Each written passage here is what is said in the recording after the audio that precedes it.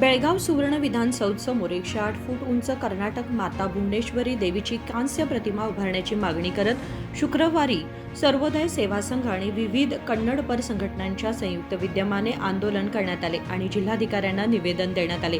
निवेदनात नमूद करण्यात आले आहे की सुवर्ण विधानसौधाच्या परिसरात डॉक्टर बाबासाहेब आंबेडकर, राणी चन्नम्मा, संगोडी रायण्णा आणि महात्मा गांधी यांची प्रतिमा स्थापन केलेली स्वागतार्ह आहे।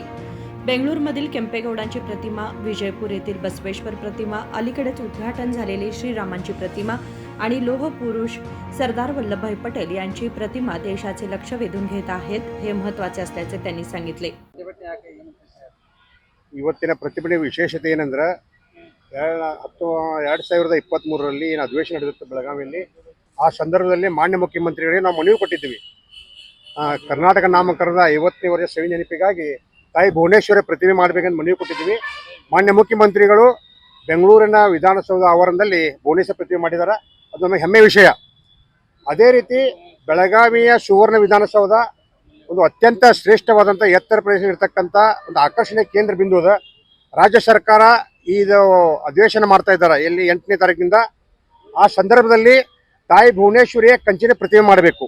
ಯಾವ ರೀತಿ ಅಂದರೆ ಬೆಂಗಳೂರಲ್ಲಿ ಯಾವ ರೀತಿ ಕೆಂಪೇಗೌಡರ ಪ್ರತಿಮೆ ಇದೆ, ಆಮೇಲೆ ಬಸವಣ್ಣವರ ಪ್ರತಿಮೆ ಎತ್ತರದಿದೆ, ಆಮೇಲೆ ನಮ್ಮಲ್ಲಿ ಭಾರತದಲ್ಲಿ ಇರ್ತಕ್ಕಂಥ ನಮ್ಮ ವಲ್ಲಭಾಯ್ ಪಟೇಲ್ ಅವ್ರದ್ದು ಒಂದು ಕಂಚಿನ ಪ್ರತಿಮೆ ಇದೆ।